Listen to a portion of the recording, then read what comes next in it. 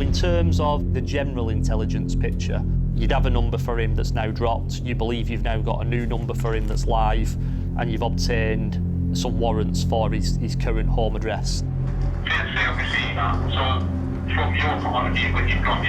The threat from firearms has fluctuated over the years in Greater Manchester. We've had spells where there's been a large amount of firearms discharges. Just on to hold till I hold fire until you get the nod from Mr. Walker. There will always be people out there who will seek to have access to firearms. The biggest priority for me is preventing a firearm getting into the public arena. Because if we don't do anything, there is a high chance that someone is going to be killed.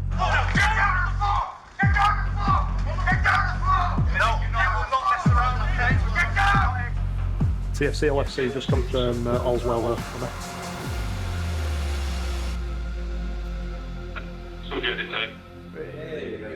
Subject detained, confirmed. So when we get opportunities to recover firearms, we take it. Do you feel it in the air? Everything is changing. We're wasted by fear. There's no one there. When dangerous criminals go on the run, with a couple of steps behind, every second counts. I think it's time to get body. I'd say they've tried to decapitate him. Something wicked, this way comes. It's been around since time began. It knows exactly what you've done. Using elite units and specialist tactics. surveillance, communication data. It's cat and mouse. Greater Manchester Police must hunt down the city's most wanted. We're onto you, and you have no idea that at some point your door's coming crashing in. Go! Go! We've got him. Something wicked this way comes.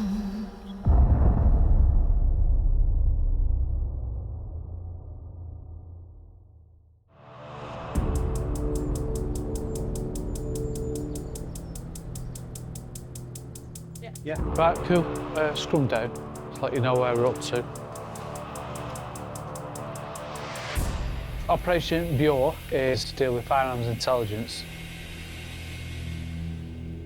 Greater Manchester Police suspect there is an imminent threat to public safety in central Manchester. Tactical Firearms Commander, Superintendent Paul Walker, has become aware of the information. I was made aware of intelligence that indicates the male by the name of Shola Watson, who lives in the Moss Side area of Manchester. He's currently got possession of a firearm. The piece of intelligence that causes me concern indicates that that subject will be attending an event at the Albert Hall in Manchester this evening. When he attends that event, he'll be in possession of a firearm. And it's my assumption that he potentially could be seeking to cause harm to at this time unknown persons. Located in the heart of Manchester's busy nightlife district, the Albert Hall is one of the city's largest concert venues, with a capacity of nearly 2,000. The event begins in 6 hours, and the venue will be full. We've got a credible firearms threat with a collapsing time frame, and we need to take some form of action to mitigate that threat. Right. The intention is, prior to him getting to the venue, try and get control of him and intercept him before he gets there. Doors open at 7. We've got to have control of him by that time. When we have a crime in action, a critical manhunt, kidnapping, extortion, a firearms operation, I will have at my disposal the surveillance unit, firearms officers, telephone officers. We have to find them, and we have to find them as quickly as we possibly can.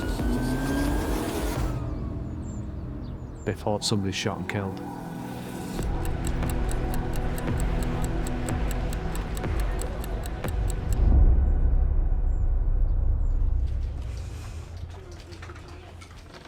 I'm trying to get the number, but because it's an urgent verbal, we haven't got a number yet. Detective Amy Becket is part of the core team of highly trained specialists who have to locate subject Watson. We deal with intel that needs to be acted on straight away due to the risk around it. Threat to life, threat to the public, threat to national security, but it's anything that is really quite serious and needs to be acted on straight away. We're trying to get authorities in place. It's just difficult because I don't know dates from and to, so I'm just trying to find out. Before they can begin monitoring the subject, Amy must obtain what's known as a Direct Surveillance Authority, or DSA. The Directed Surveillance Authority gives us the power to do a number of things. Static observation, observations on the move, and it allows us to include some phone work analysis on top of that as well. Because it's a verbal, I haven't got a number, have I yet? Do you know dates from and to? Could I find this person without putting them under surveillance? If the answer is no, then you are left with the only option. It's really quite serious, purely because you are taking away people's human rights. And we don't take that lightly. Everyone has a right to privacy, but you lose that right as soon as you try to commit criminality or put the public in danger. Thanks, Dan. Bye. Okay, very quickly. Sorted. Fantastic. You know, we've got the DSA now. With the authorization now in place, the team establish a green room. Dan, it's Amy Becket. I'm in the green room. We'll set up a green room when we need to get a number of units together to make critical decisions. Come over and then you can just work with my team. The green room is a nerve centre. Could you come to the green room, please, as soon as you can? So it's a collection of staff that are working to a common goal. Listen, we've just been briefed on our bureau. Researching, gathering evidence. Yeah, just 2 secs, please. Stay in line, 2 secs. There's information being passed from person to person very, very quickly. I want to know the ins and outs of that person's life. What's their last known address? What's their phone number? What vehicle they used last? All of that allows me to learn more about an individual.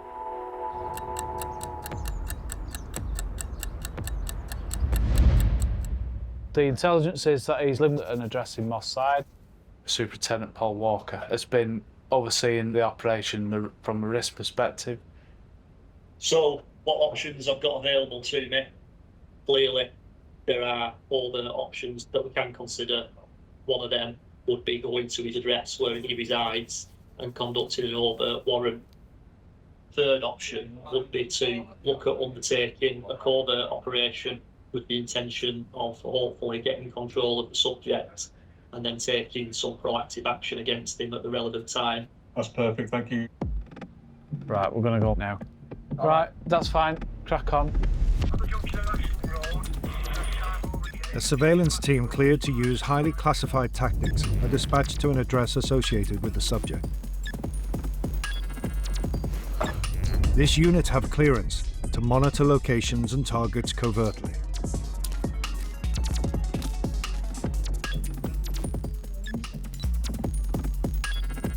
Cutting-edge monitoring technology must be positioned discreetly near the address in the Moss Side area of Manchester. Difficult. Difficult, yeah. Yeah. Well, a bit hard. I don't know if you know that area. You'll stick out like a sore thumb. Yeah, I know. It's their backyard. He's been there since, well, he's grown up there, hasn't he? See if we can put it there. Yeah, we're looking at probably somewhere around here with a view of the address. Yeah, I agree. Okay. Good luck, boys.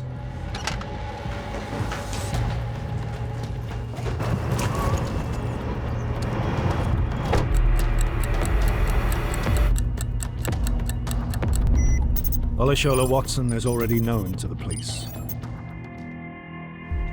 DIACA's team have carried out a deeper background check on the police national computer. He's got multiple offences for using violence, and in 2013 he crashed a club and basically a fight ensued where one was stabbed. If I got background activity, then that spells to me that that's a very dangerous person. The team have information on the subject, which shows they may be registered to an address in Moss Side. This is Moss Side. Used to have a really bad reputation, probably 20, 30 years ago. You remember the term Gunchester? Of territorial gangs. It still goes on. The Covert unit are nearing the suspect's address.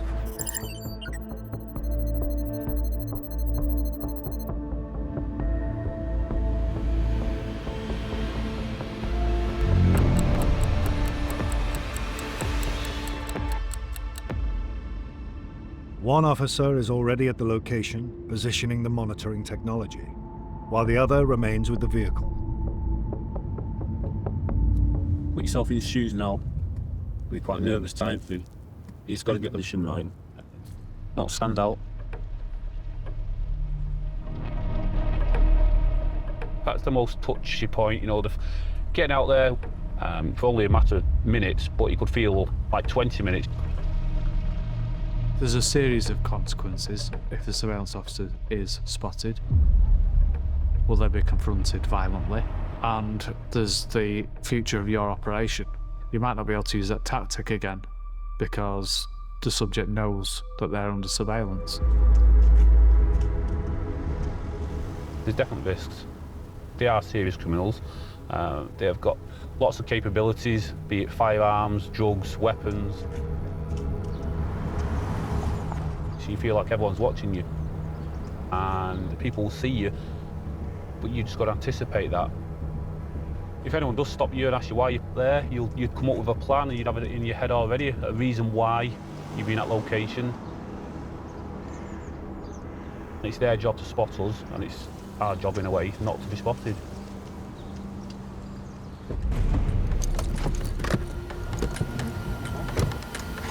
That's him. Shit. Greater Manchester Police are trying to locate and apprehend a known criminal who they suspect is planning on taking a firearm to a concert in central Manchester.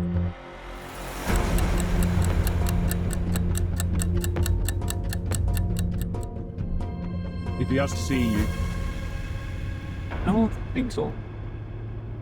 A Covert unit have successfully positioned surveillance technology outside the suspect's address. An unknown male was seen leaving the property, but the team are confident they haven't been spotted. If he has come out, he's seeing you, and he's not paying any attention. And he's gone off on his way, or he's gone about his normal business. In the green room, the feed is being monitored, and the team turn their attention to the male seen leaving the address. We've got an unconfirmed sighting at the moment, so we don't know who's actually coming out of the address. We're just trying to decide whether he's our target subject.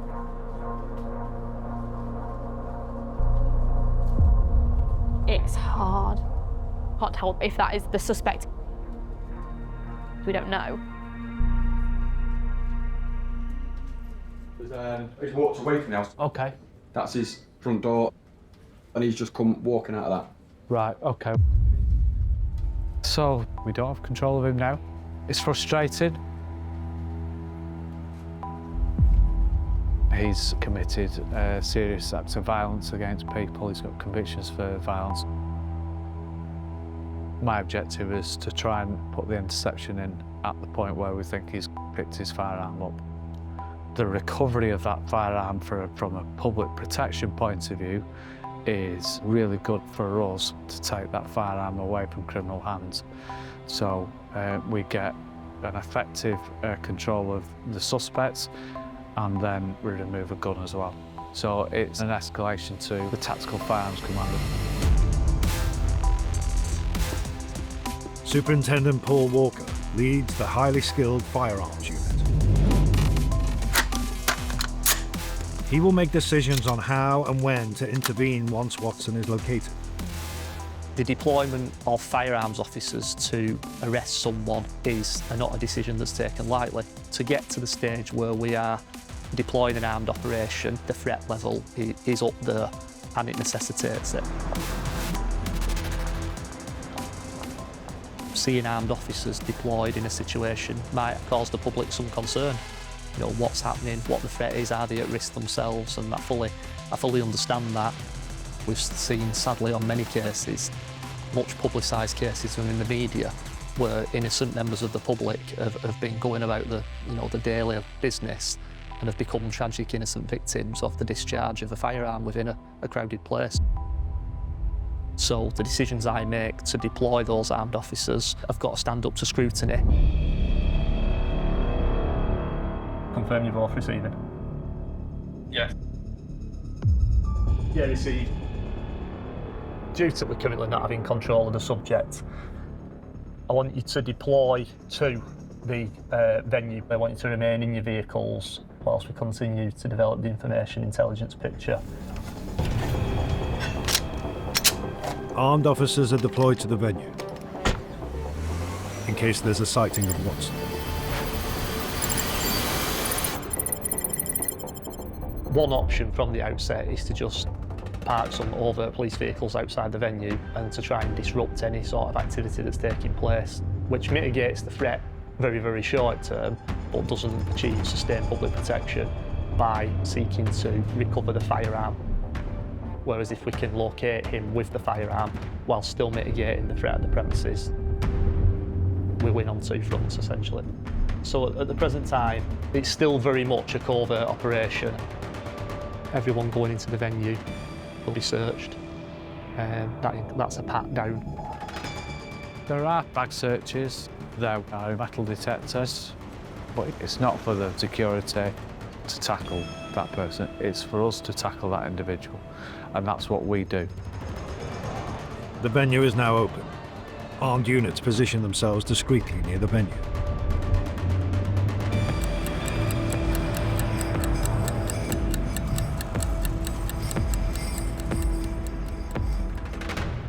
Just checking, has he come home since we saw him go out?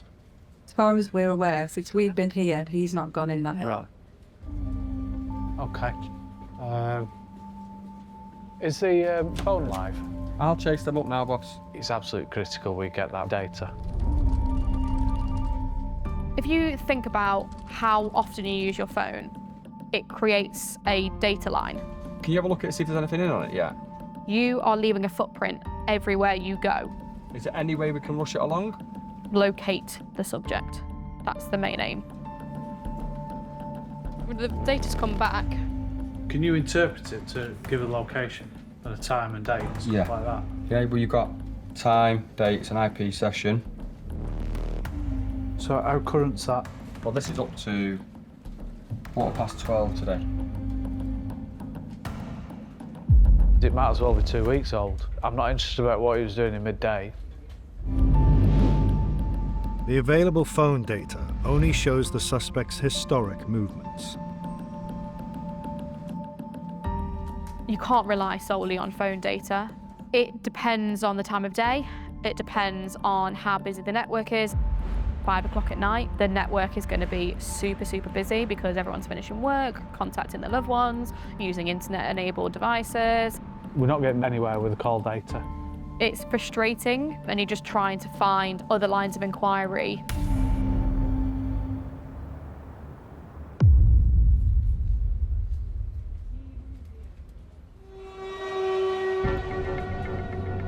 Who's that? Who's that? This lad's that here? Yeah. Has just been to the front door. That's what he was wearing before, isn't it? He was wearing all black with a black Nike baseball cap on. Oh, you little swine.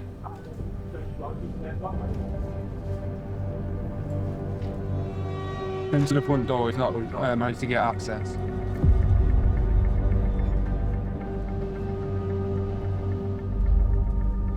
He appeared to be a little bit more bulkier and taller than our subjects. Yes.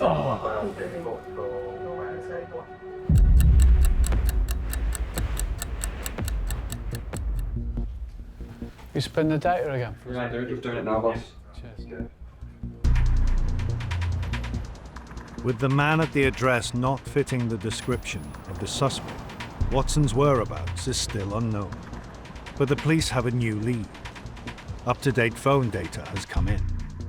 I'm just looking, so his cell site, where he's travelled from and to. So have you got that journey? I'm just going to put it out now. He's gone from Handforth, and he was there last there at 15:12. The next one, 7 minutes later, M22, M22 time. is 15:19:43. Well, then at 15:27, he's at M21. He's there, he's there, he's there. Looks like he stays there for a bit, and then seconds later he's at M16, his home address. Hang on. Then he's in the city centre, pretty much on the roof. Shit. You go and tell the boss? Yeah. Boss, he's in the city centre. We're just doing the readings now, but 10 minutes ago he's in town.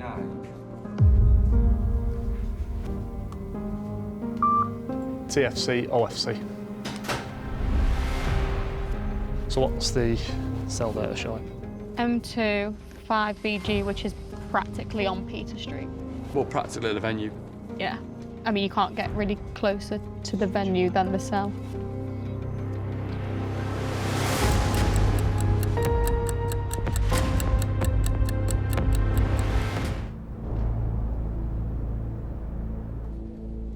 We think he's in the area of Albert Hall, which is where the event's taking place. Greater Manchester Police have received information that a known criminal is suspected to be taking a firearm to a concert in central Manchester this evening. He's moved from his home address and got to the venue without us seeing him. Data from Watson's phone has shown it to be cell sighting in the vicinity of the Albert Hall. Covert units are positioned nearby, but have not yet identified anyone matching his description.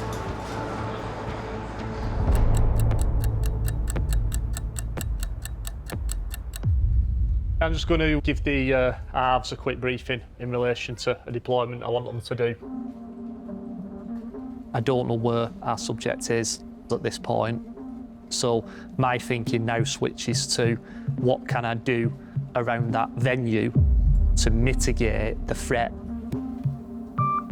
TFC, OFC. Yes, yes.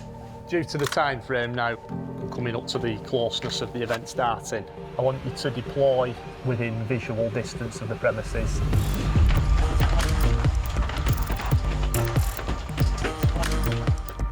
Armed response vehicles, or ARVs, are officers deployed in marked police cars carrying firearms. They are sent near to the venue to monitor the area.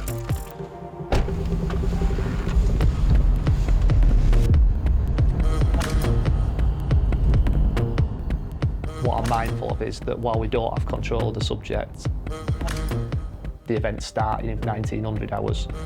Should something happen that's beyond our control, I want some overt ARVs close to the premises who can either respond or are also in a position to provide a visual deterrent. There's obviously going to be a lot of people at the venue, isn't there? Thousands. This is a huge event. Big risk in a venue like that for innocent people to get shot. Yeah.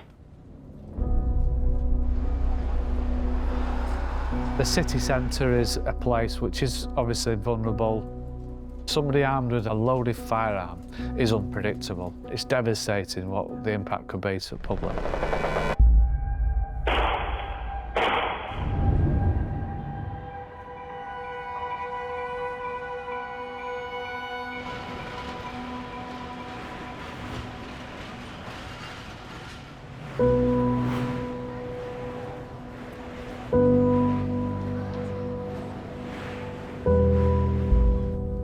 We've had recent incidents. A lot of innocent people that tragically lost their lives. They were just at the wrong place at the wrong time.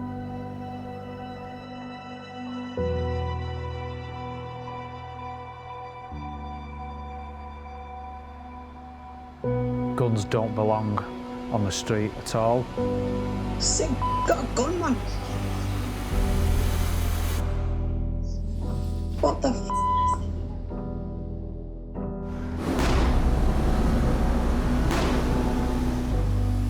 Firearm can cause a lot of collateral damage. The panic that it creates could cause more casualties. I've seen the damage gun crime causes to families. It's devastating. Right at the forefront of my mind is we don't want those things happening again.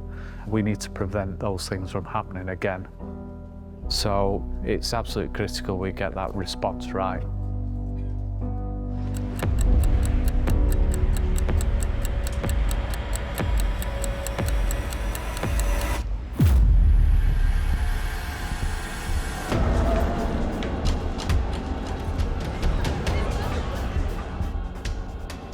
CFC, confirm you're proceeding. Yes, Chef. Multiple units are positioned close to the venue. TFC, OFC. Will position yourself towards the front of the venue where the metal detectors are. Yeah, received.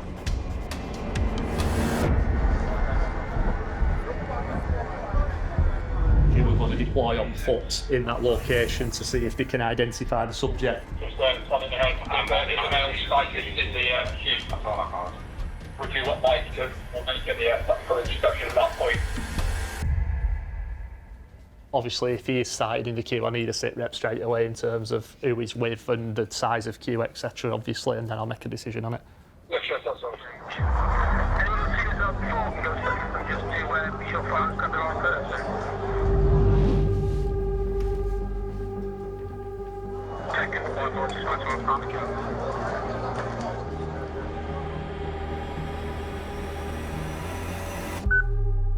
Don't concern for our subject.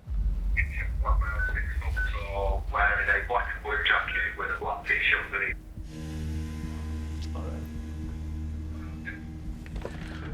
Right. Two options really. Don't do anything and let him go into the venue, which isn't ideal and goes against what we're trying to achieve, or take some action in the queue and potentially create a dangerous situation for us and members of the public within the queue. Neither of them are ideal options. We're in position at the front. If they come back and say positive ID, probably look to try and intercept him from the queue and quite low key and sort of take him out from the queue. But we'll just have to wait and see what they come back with. It's the achievability of it. It's obviously not the greatest environment to work in. No. We'll wait at the metal detectors until this male comes forward.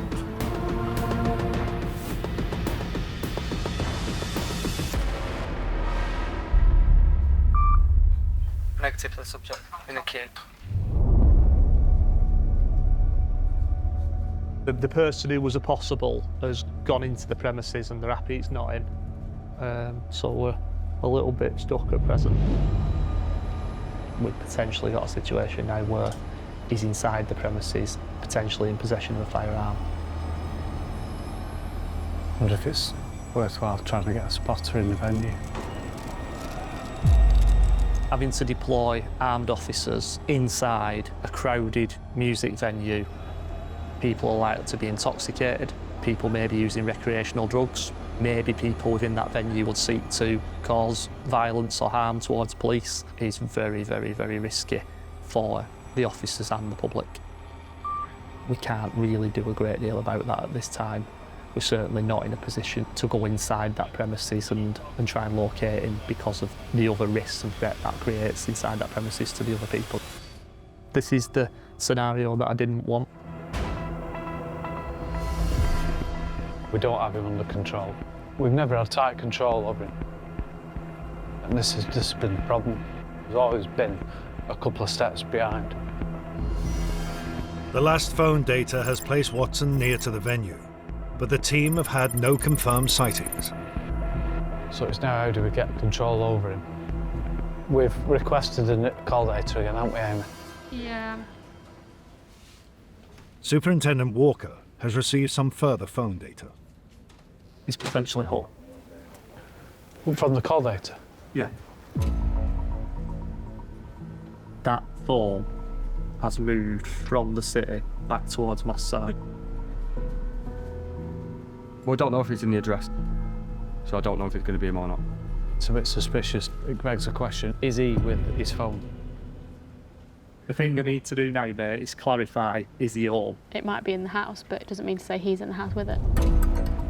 Criminals are very aware that we can track phone data. If he's that savvy, he could have left it with someone else while he's somewhere else. Well, he's left his phone there because he's going to go and do some naughtiness. It happens on loads of occasions whereby a subject will be en route to go and commit a crime. They'll leave their phone in another location in order to say, well, my phone wasn't there, I wasn't there, so therefore it didn't happen. There's a lot of guessing in there. Oh yeah, we don't know.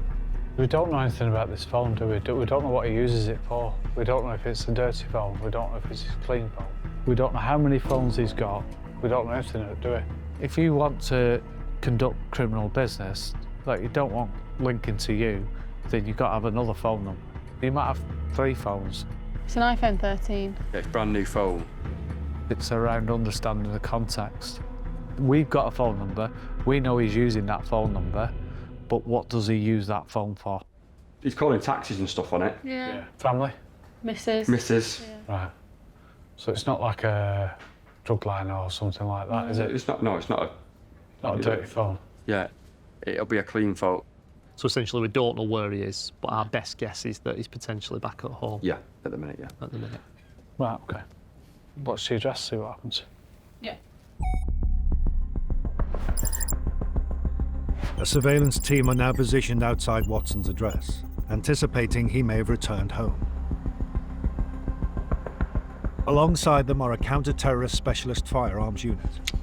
This team of armed officers are trained to respond to the most high-risk situations.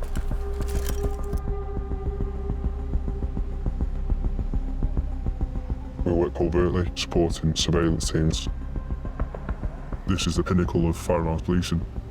The most highly trained, the most exposed, operationally and nationally. We get to work all over the country, dealing with extreme threats and people who are intent on killing innocent people. You've got to think about the mindset of these individuals. A person who is taking possession of a firearm to enable them to deal drugs or attack rival gang members, you've got to bear in mind their mindset, what they're willing to do and what level they're willing to go to. 142 unconfirmed subject. When someone's lost that ability to see consequence and is not fazed by the thought of killing someone, that's why we're needed. We are the protection for the surveillance team.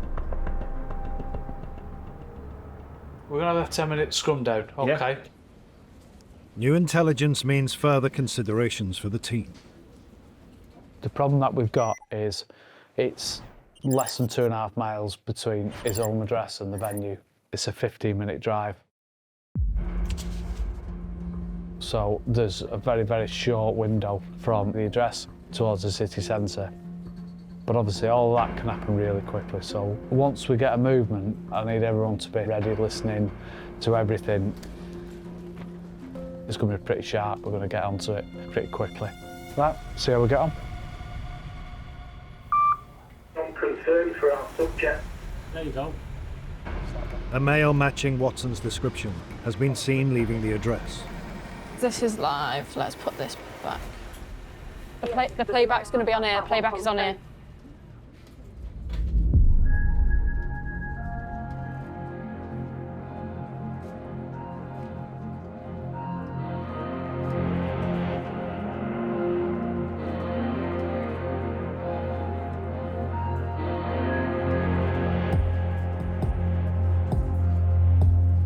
Like, does he walk past the camera this way? No.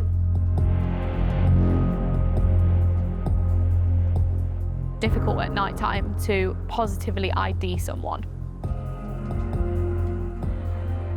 Slow it down now. There's a firearms team ready to deploy. So misidentification can be fatal. 142, which road? That's hard, that. Yeah. 12. If someone's saying, oh, I don't know, you're not going to go near that identification. Unable to confirm if it's Watson through the night vision feed, the team must rely on the covert units monitoring the address.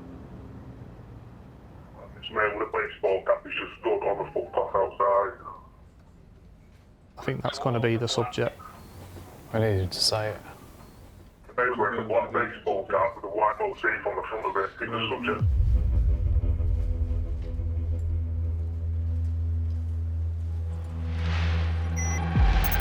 The team have what they suspect to be an ID on the male who left the address, and it is likely to be Watson. That doesn't, at present for me, reach any tipping points, but what it does do is build a picture for us and hopefully mean that we don't lose control of him now going forward, doesn't it? We find that in most cases, criminals don't have a firearm in their home address. If they have the gun there, they're going to prison for 5+ years. It's probably more likely he's got it stashed somewhere, isn't it?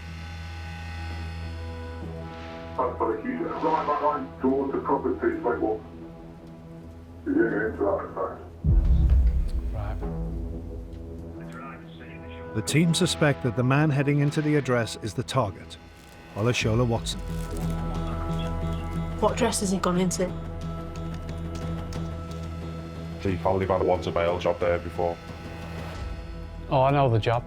I know the job. Is it? Yeah, it was a gang member. Following a shooting.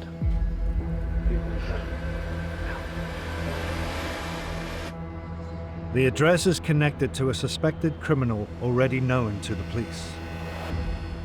That's the house he's gone into. Yeah. He's a proper OCG. Yeah. There you go. That's fucking thank God. Yeah.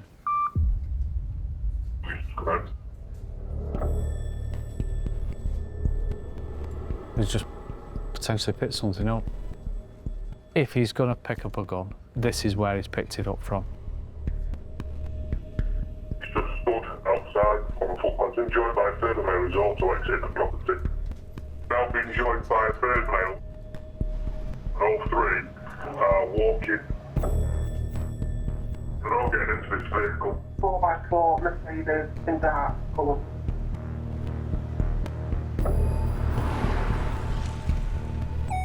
The suspect is heading away from the home address in a vehicle. Units are in pursuit. West, on to Raby Street. If he's going in a direction of the city centre, if he's within striking distance of the venue, then we need to do something before he gets there, basically. No deviation, Princess Road towards the city. No deviation. And it's a left on to Wakefield, okay? So he's going away from the city, innit? Let's see where he goes now.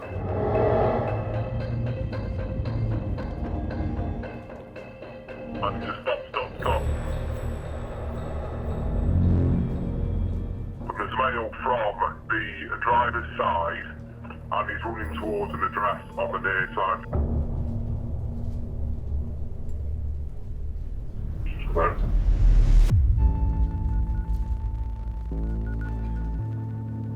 There's two opportunities to pick something up. It's a 15-minute drive between the venue. Having stopped briefly at the address, the suspect restarts the journey in the same car. Superintendent Walker must now decide if and when to strike on the vehicle.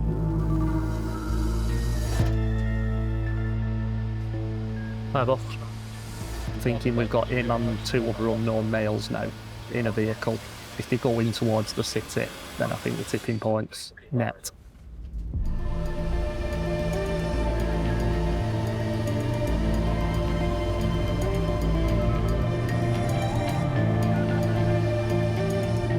You've got to be really focused on what you're doing, because ultimately you're making really important decisions. If we do have to strike on this car quickly, what's the most appropriate tactic?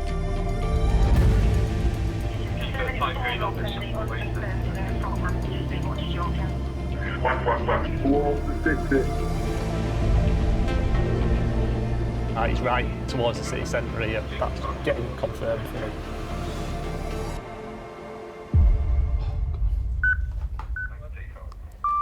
Stay amber, enforce stop, extraction.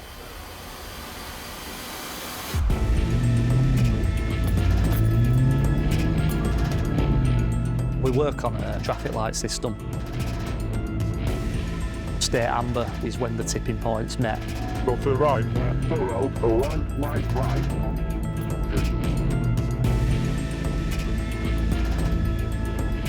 When I give state amber, I'm then saying, right, we're now going to take some action. I'll tell them what the tactic is.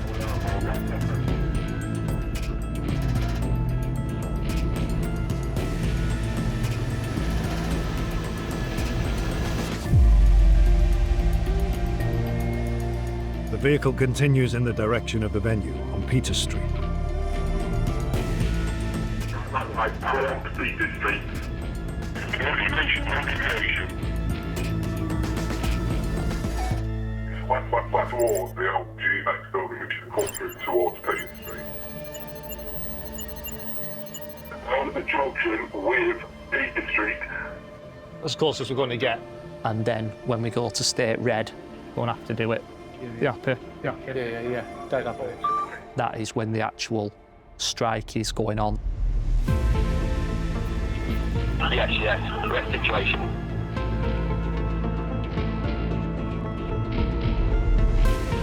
As soon as you hear that phrase, you switch on.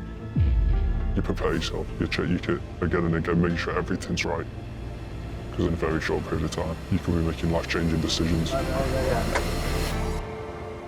Everything comes down to those few seconds.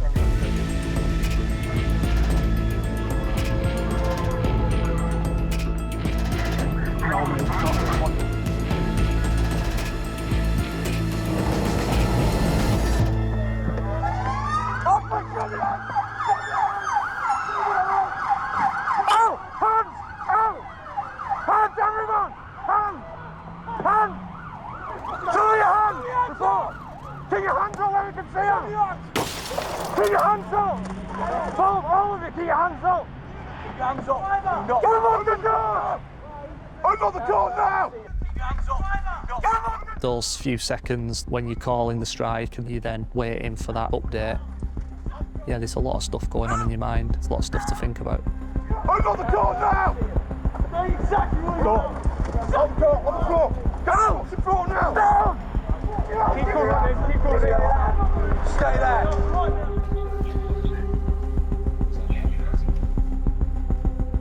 Yes. Get out of the car! Keep going!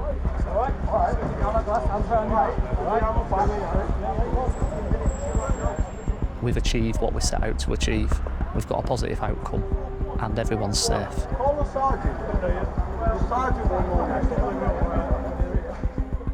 You see, normally, strike, arrest, targets. I'm not bad, I'm going home now. But now I'm waiting to see if we've got something.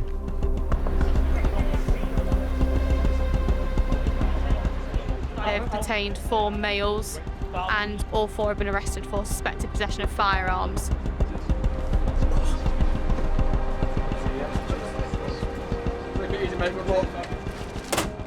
We've had what's called a full forensic lift of the vehicle and a full search will be conducted on that. So we'll wait the outcome of that really.